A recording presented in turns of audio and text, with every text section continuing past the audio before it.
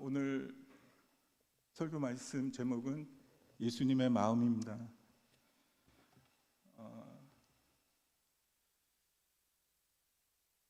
지난 5월 기획위원회 때 담임 목사님께서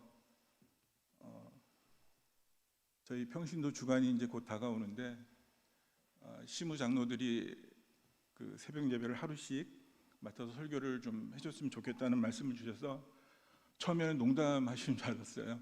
그래서 마음속에 되게 부담이 됐었고 그래서 그냥 제 개인적인 생각은 우리 선임 장로님이 대표로 한번 하시면 어떻겠나 하는 그런 생각도 했었는데 그날 그렇게 담임 목사님한테 말씀 듣고 나서 시간이 제법 있었는데도 불구하고 그냥 늘 걱정만 하고 마음속에 부담만 가지고 있다가 다시 한번 또 담임 목사님이 또 이렇게 강조를 해주셔가지고 그때서 이제 비로소 이제 말씀도 찾아보고 또 여기저기 인터넷도 검색해보고 또 유튜브도 찾아보고 아마 우리 성도님들도 마찬가지시겠지만 유튜브나 이런 인터넷이 많이 이제 발달이 돼서 저희 담임 목사님 설교 말씀뿐만 아니라 다른 목사님들 말씀도 많이 접하실 그런 기회가 됐을 거라고 생각합니다. 제가 어쨌든 부족하지만 오늘 말씀을 전하기 전에 그런 과정이 있었고 또 제가 느꼈던 그런 부분들은 다들 저보다 뭐 덜어는 평신도 중에서 또 말씀을 전하시는 분들도 계시고 그랬었는데 제가 개인적으로 느끼기엔 다들 저보다 말씀에 대해서 더 많이 아시고 또 잘하시고 그러시는 분들인데 나름 준비하면서 느꼈던 거는 제가 너무 주제넘는 얘기인지는 모르겠지만 말씀을 이 말씀 저 말씀 제가 듣기도 하고 또 메모도 하고 그러면서 느꼈던 거는 말씀을 좀 분별해야 되겠다 하는 그런 말씀을 들었어요. 지금 우리가 소위 말하는 그 대형교회 유명하신 목사님들 그런 분들 말씀들 보면은 되게 성도들이 궁금해하던 것 내지는 지금 신앙생활을 하고 있지 않은 바깥에 있는 그런 예수님을 영접하지 않은 사람들에게 궁금해하던 것들을 아주 일목요연하게 정리해서 말씀을 해주시는 것을 봤습니다. 때로는 그 말씀들이 제 마음에 찔림이 되고 감동이 돼서 직장생활 하면서도 틈틈이 그 방송을 들으면서 덜어는 감동이 돼서 눈물을 흘릴 때도 있고 왜 저런 말씀을 하셨을까라는 또 부족하지만 제가 조금 이렇게 좀 비판적인 입장에서 보는 경우도 있습니다. 그렇지만 제가 여러 가지 이제 여러 그 교회 훌륭하신 목사님들 말씀이라든지 또 인터넷에 올려 있는 많은 그 포털 사이트에 올려 있는 그런 설교 말씀들을 접하면서 느꼈던 거는 그래도 우리 교회 목사님 말씀이 제일이구나라는 걸 느꼈습니다. 이거는 뭐 제가 우리 물레동교회 제가 뭐 시무 장로로서 이렇게 아부하는 그런 말씀은 아니고요. 정말 우리 목사님 말씀이 제일이구나라는 그런 걸 느꼈습니다. 그래서 제가 느끼는 것만큼 우리 성도님들도 다 그렇게 느꼈으리라 믿습니다.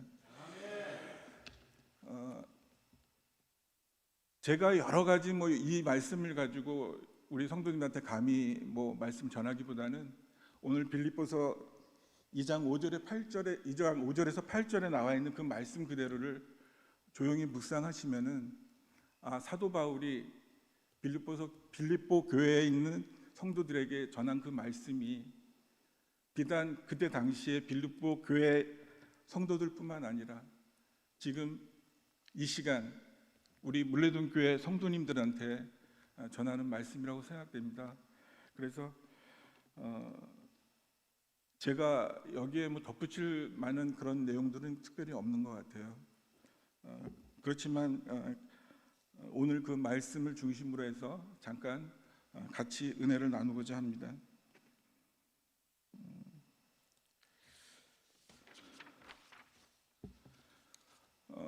빌립보서는 제가 좀 전에 말씀드렸던 것처럼 사도 바울이 그 전도 여행 중에 여러 가지 다니면서 전도를 하다가 로마의 감옥에 갇혀 있는 그 상황에서 그 빌립보에 있는 교인들한테 보내는 서신입니다. 우리가 옥중 서신이라고 하죠. 그래서 사도 바울의 그 성경 말씀, 신약 성경 중에 에베소서, 빌립보서, 골로새서, 빌레몬서, 이 네 성경 말씀이 다 옥중 서신입니다. 그럼에도 불구하고 우리가 이 빌립보서 4장으로 구성되어 있는데 큰 틀에서 우리가 그 주제를 찾는다 그러면은 기쁨이라는 단어를 찾을 수 있을 것 같습니다. 우리 물레동교회 올해 우리 비전이고 표어가 항상 기뻐하라는 그런 말씀인데, 궁극적으로는 사실 이 빌립보서 그 주제는 기쁨입니다. 그런데 사실 성도님들한테 감히 제가 이 단 앞에서 말씀을 전하지만은 우리들의 삶 속에 사실은 기쁨이 늘 있는 건 아니거든요. 저도 사실은 오늘 이 시간에 이 자리에 서 있지만은 잠을 한 2시간 잤나 봐요. 그렇다고 해서 제가 뭐 대단한 거 많은 거 준비하고 그러진 않았는데 그만큼 마음에 부담이 됐었고, 또 제 마음 한구석에는 오늘 그 본문의 말씀과는 다르게 여러 가지 복잡한 마음들이 있음을 또한 고백합니다.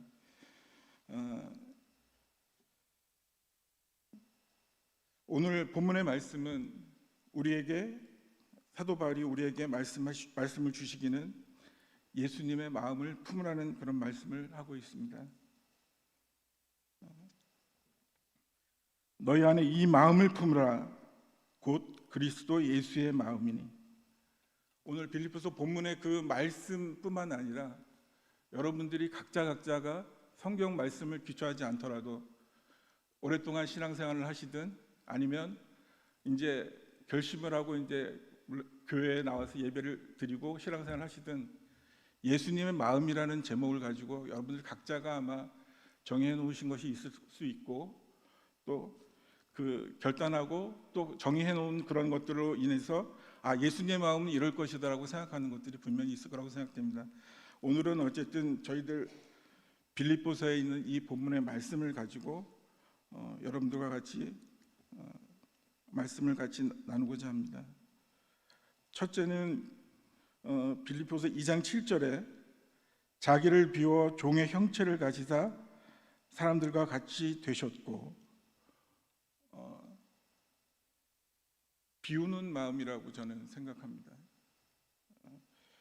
예수님의 마음 중에 첫째는 비우는 마음. 그거는 결국은 자기를 조금 부정하는 거라고, 부인하는 거라고 저는 생각을 했습니다.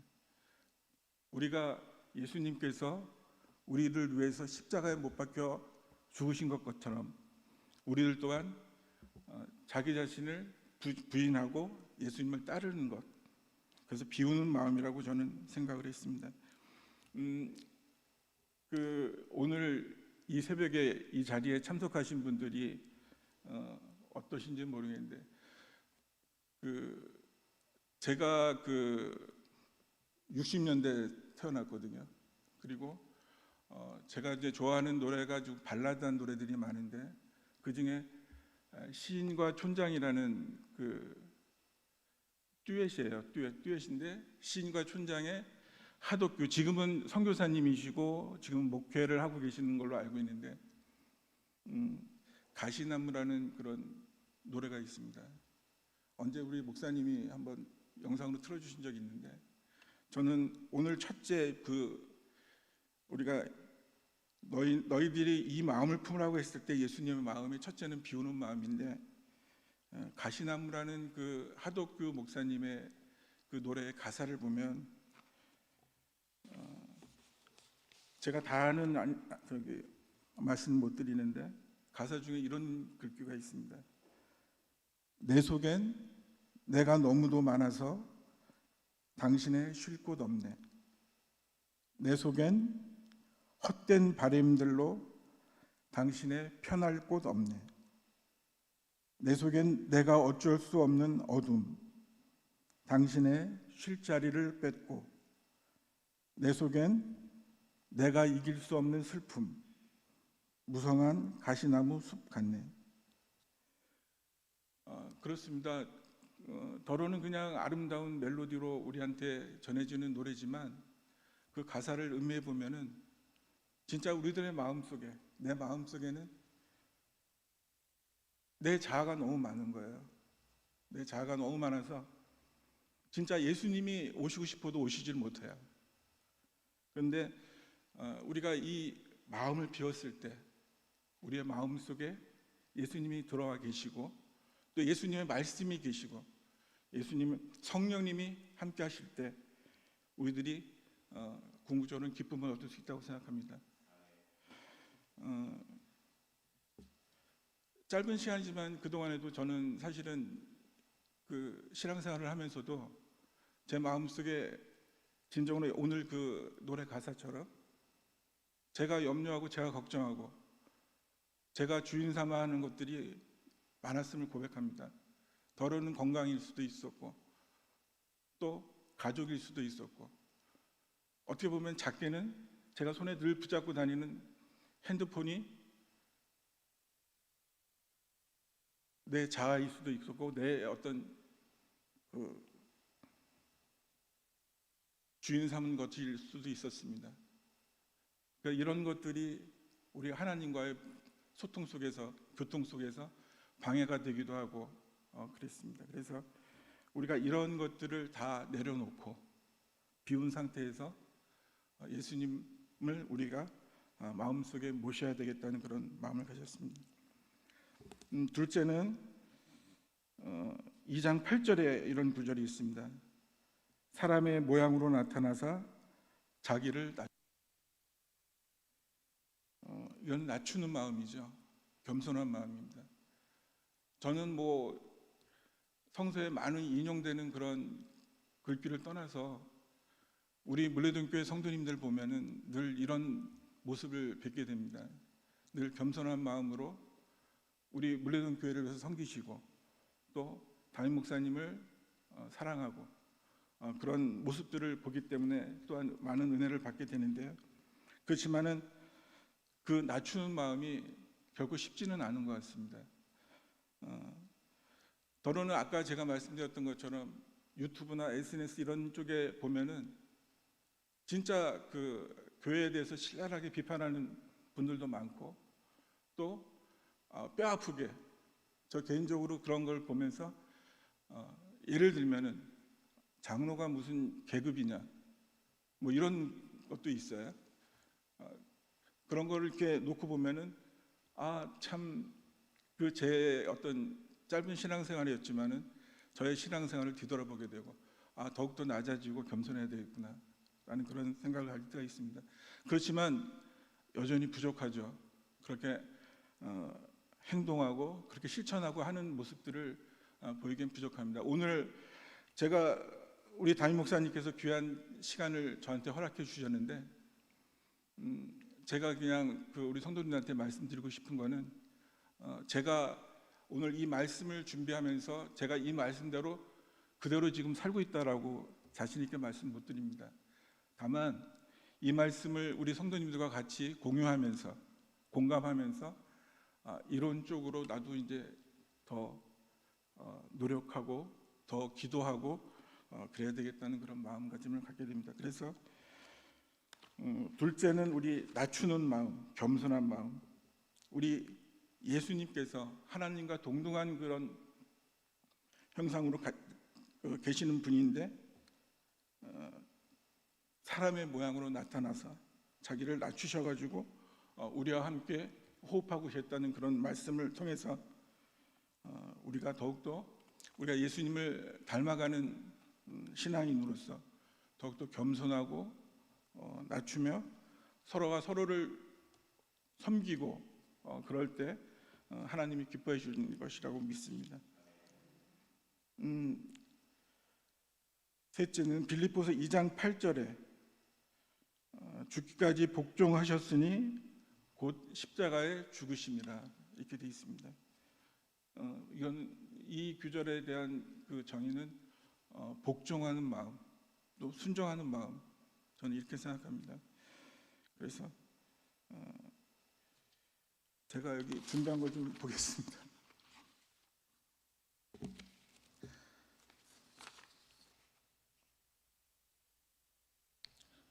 우리 마가복음 8장 34절에 보면은 무리와 제자들을 불러 이르시되 누구든지 나를 따라오려거든 자기를 부인하고 십자가를 지고 나를 따를 것이니라 라고 말씀하셨습니다. 또한 야고보서 4장 7절에 보면 그런즉 너희는 하나님께 복종할지어다 마귀를 대적하라 그리하면 너희를 피하리라. 마가복음 14장 36절에 보면은 이르시되 아빠 아버지여 아버지께서는 모든 것이 가능하오니 이 잔을 내게서 옮기시옵소서. 그러나 나의 원대로 마시옵고 아버지의 원대로 하옵소서 하시고, 성경에 많은 순종하고 복종하는 그런 말씀들이 있는데 저는 마지막에 말씀드렸던 예수님께서 십자가에 달려 돌아가시기 전에 그렇게 하나님께 피눈물을 흘리시면서 기도하시는 것을 보고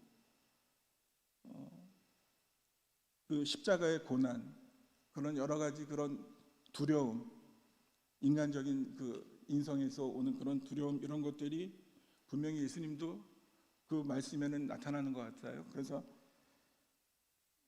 아버지께서 모든 것이 가능하오니 이 잔을 내게서 옮겨 주시옵소서라고 기도를 했습니다. 그렇지만 거기에 그치는 것이 아니라 그러나 나의 원대로 마시옵고 아버지의 원대로 하옵소서. 그 말씀이 답인 것 같아요. 여러분, 우리가 신앙생활하면서도 제 어떤 의를 드러내기 위해서 저의 어떤 그런 교만한 마음, 또 더러는 또 포장된 마음, 그런 것도 있을 수 있겠죠. 그렇지만 뭐 어쨌든 제 진심을 다해서 한다고 하지만은 결국은 그것은 되돌아봐서 이것이 진짜 진정으로 하나님의 뜻인가 라고 한번 되돌아볼 필요는 있는 것 같거든요. 그래서 우리가 어떤 그 신앙생활하면서 자기의 의를 드러내고 자기의 어떤 그 모습을 보여주기보다는 그 전에 먼저 하나님의 뜻을, 하나님의 나라를 먼저 구하는 그런 우리 무료등교회 성도님들 다 됐으면 좋겠습니다.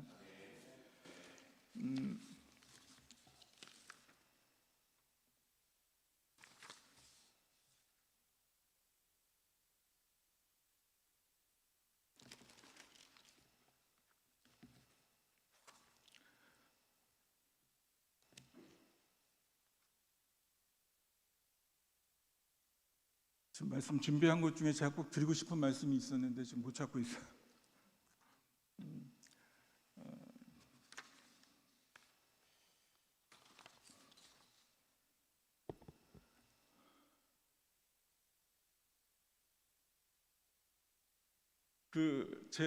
제가 집에 있는 그 책장에서 고등학교 때 그 아는 지인한테 선물 받은 책이 있습니다.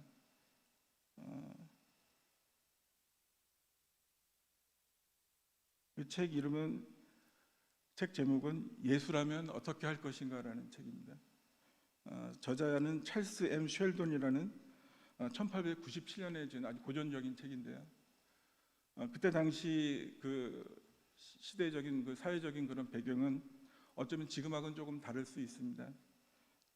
거기에 그 여러 가지 뭐 내용들보다는 그 타이틀을 좀 쭉 보게 되면은 예수님이 목사라면, 예수님이 직장인과 사업가라면, 예수님이 정치인이라면, 뭐 이런 그 타이틀이 있어요. 지금 이 시간에도 우리가 이 제목을 가지고 우리가 한번 생각을 해볼 필요가 있을 것 같습니다. 우리가 바깥에 있는 사람들은 우리 성도들을 볼 때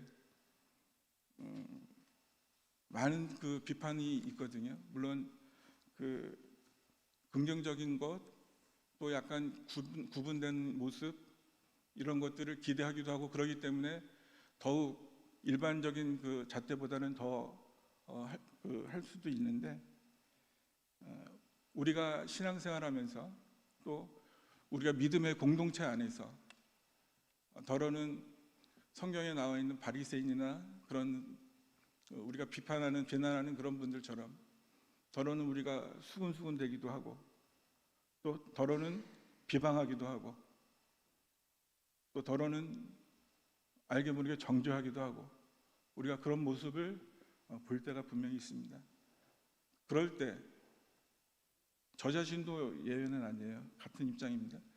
그럴 때 오늘 이 책 제목처럼 예수라면 어떻게 할 것인가? 예수라면 어떻게 할 것인가? 내가 이 사람한테 이 말을 했을 때 내 마음은 편하고 내 마음은 시원할지 모르겠지만 받아들이는 사람의 상처가 되고 힘들어지고 그럴 수도 있거든요. 우리는 그런 거를 그냥 잊어버리고 지나가지만은 만약에 잠깐 한 1분이라도 멈추고 예수님이라면 어떻게 하실까? 이 상황에서 예수님이면 어떻게 하실까? 우리가 예수님처럼 뭐 원수를 사랑하라, 오른쪽 뺨을 맞으면 왼쪽 뺨을 대라, 이렇게까지는 못하더라도 우리의 마음에 그런 여유는 조금 있어야 되지 않겠나, 그런 생각이 듭니다. 그래서 우리가 그런 마음을 가질 때 먼저 우리 믿는 믿음의 공동체 안에서 서로를 용납하고, 진짜 우리가 그냥 립 서비스하는 주님 안에서 사랑합니다라는 게 아니라 진정으로 사랑으로 우리가 옆에 있는 성도를 바라볼 수 있고, 또 성도를 위해서 기도할 수 있는 우리 물레동교회가 되는 줄 믿습니다. 그 사랑이 우리 몸에 배웠을 때 우리가 진정으로 밖에 나가면은 세상 사람들, 이런 말씀이 있습니다.